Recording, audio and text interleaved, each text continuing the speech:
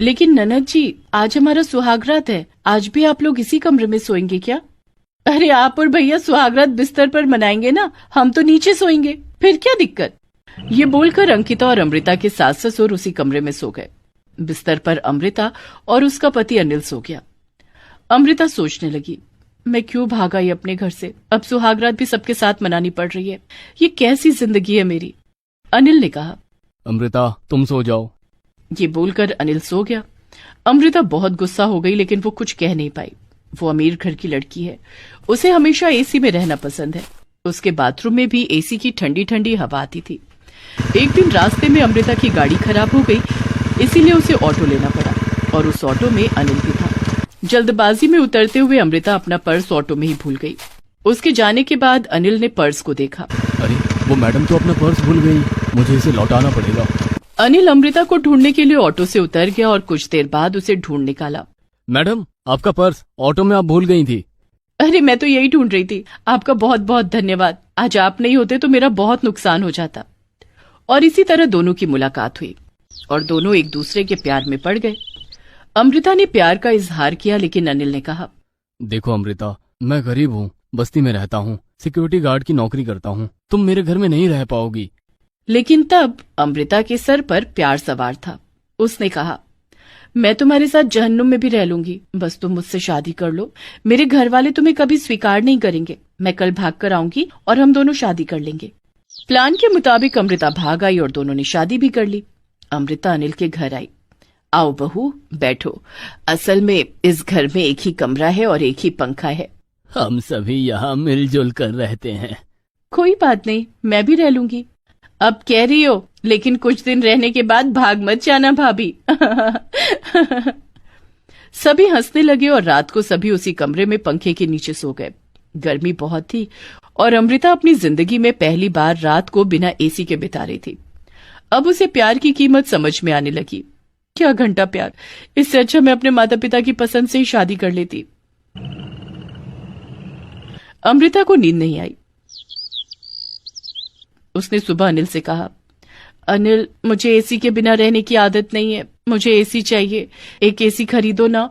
ये क्या कह रही हो अमृता? एसी की जितनी कीमत है उससे आधी मेरी सैलरी है, वो भी घर चलाते हुए खत्म हो जाती है। मैं एसी कहाँ से लाऊंगा? अनिल ने मना कर दिया। अमृता दुखी हो गई। उसने पूरा दिन कुछ नहीं खाया। शाम को जब अनिल लौटा तब वो अनिल के साथ झगड़ा करने लगी। अनिल मैं यहाँ ऐसे नहीं रह सकती। क्यों, एक दिन में सारा प्यार खत्म हो गया क्या? मैंने तो पहले ही कहा था कि मैं गरीब हूँ, लेकिन तुमको ही जल्द से जल्द शादी करनी थी। अच्छा, अब सब कुछ मेरी गलती है। ठीक है, मैं अभी के अभी घर छोड़कर जा रही हूँ। अमृता घर छोड़कर चली गई। अनिल के माता पिता दुखी हो गए। अंकिता ने कहा, मैंने तो पहले ही कहा था ये भाग जाएगी। अमृता मायके गई, लेकिन उसके पिता ने कहा, तुमने घर छोड़कर एक बस्ती के लड़के से शादी कर ली है, मेरे लिए तुम मर चुकी हो, निकल जाओ यहाँ से। मायके में अमृता को जगह नहीं मिली। वो रास्ते में भटकने लगी। भूख के चलते उसका सर चकरा गया और वो गिर पड़ी। उसका नसीब अच्छा था कि वहाँ उसी वक्त अनिल आ गया। अरे अमृता, यहाँ क्या कर रही हो? अनिल, मेरे पापा ने मुझे घर से निकाल दिया, अब मैं क्या करूंगी? अपने ससुराल चलो, वो भी तो तुम्हारा ही घर है। वहाँ बस एक पंखा है, मैं वहाँ नहीं रह सकती। अरे रास्ते से तो बेहतर है, चलो। अनिल अमृता को घर ले आया। अंकिता ने कहा, क्यों भाभी, आ गई फिर से? इस बार रह पाओगी ना? अंकिता ससुराल में रहने तो लग गई, लेकिन वो दिन ब दिन गुस्से वाली होने लगी। वो बात बात पर सबको सुनाने लगी। बहू, मुझे एक गिलास पानी देना, बहुत प्यास लगी है। मैं आपकी नौकरानी हूँ क्या? खुद ले लीजिए। ये क्या भाभी, अपने ससुर से कोई ऐसे बात करता है क्या? अरे अंकिता, रहने दे, गर्मी से वैसे भी बहू की हालत खराब है। ऐसे ही अमृता सबके ऊपर चिल्लाने लगी। घर में तांडव शुरू हो गया। अनिल भी दिन ब दिन परेशान होने लगा। एक दिन उसके एक दोस्त ने पूछा, क्या बात है अनिल, आजकल तू बहुत परेशान दिखता है। अरे क्या कहूँ यार, बीवी को एसी चाहिए, इधर टेबल फैन खरीदने के पैसे नहीं है। तू भी ना यार, अमीर घर की लड़की से शादी कर ली, तुझे ये सब पहले सोचना चाहिए था। इसी तरह दिन बीतने लगे। एक दिन अमृता के ससुर ने न्यूज़पेपर में पढ़ा, किडनी की जरूरत है, एक किडनी के बदले 50,000 रुपए मिलेंगे। अरे वाह, 50,000 में एक अच्छी एसी आ जाएगी। वो किसी से कुछ ना कह के घर से निकल गए। सही एड्रेस पर पहुंचकर उन्होंने अपनी एक किडनी बेच दी और उन पैसों से एसी खरीद कर ले आए। बहू, ये देखो मैं क्या लाया हूँ। अरे वाह, एसी बहुत बढ़िया।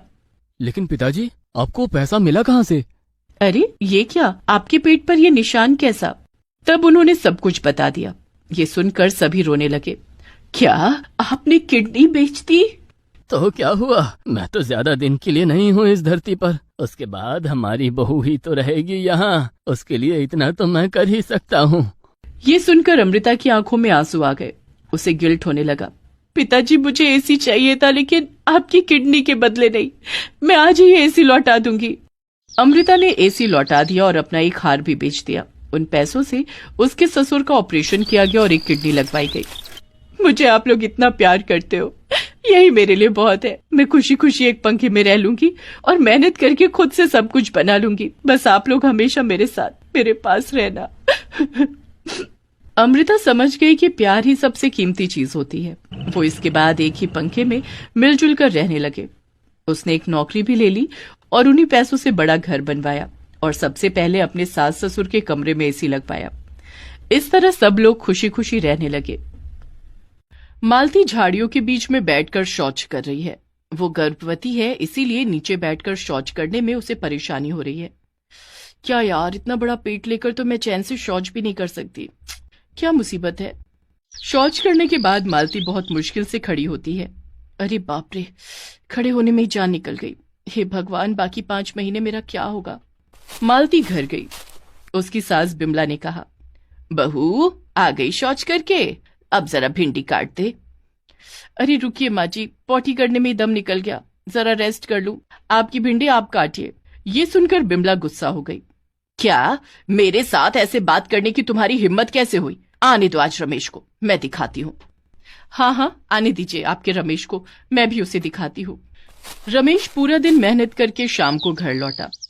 उस बेचारे को तो आइडिया भी नहीं था कि वो सास बहू के तांडव के बीच में कितनी बुरी तरह से फंसने वाला है। उसके घर लौटते ही हंगामा शुरू हो गया।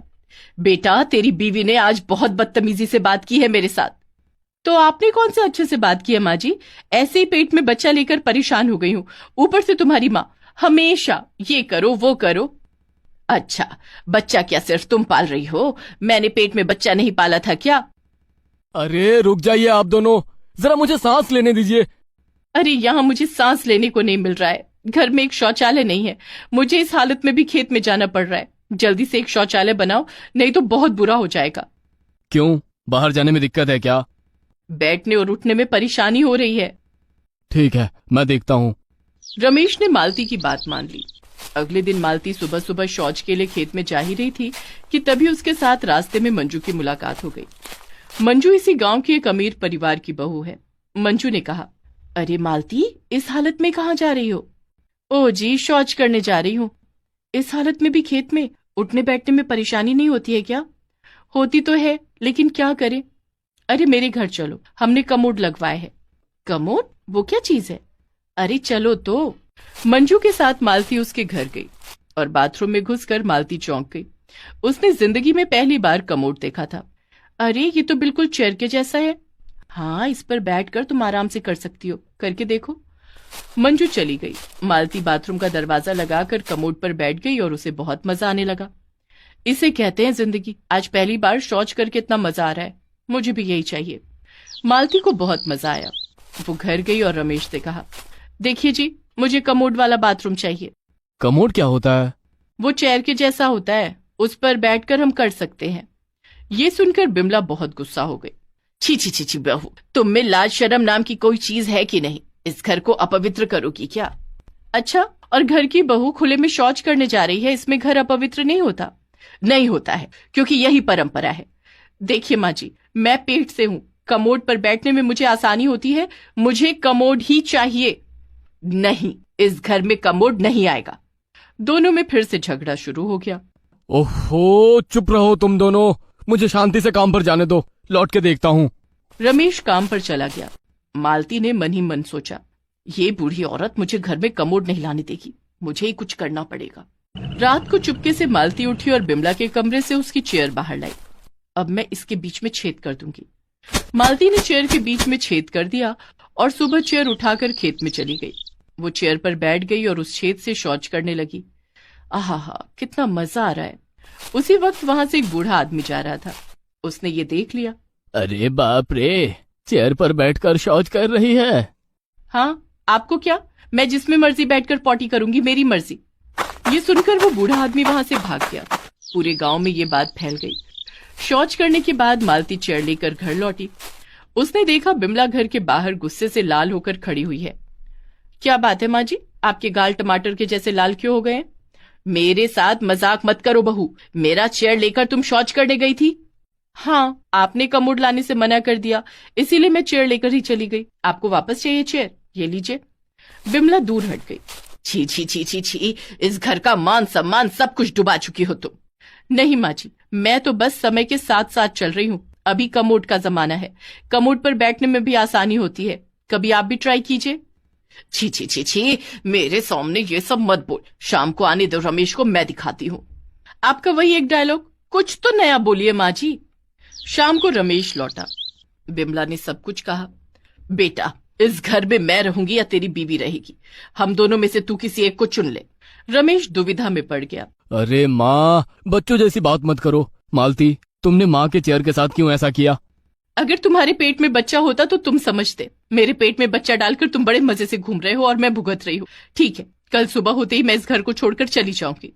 मालती अपने कमरे में घुस गई। वो अपना सामान बांधने लगी और फिर सो गई। देर रात को बिमला को बहुत जोर की पॉटी आई। अरे बाप रे, मुझे अभी खेत में जाना होगा।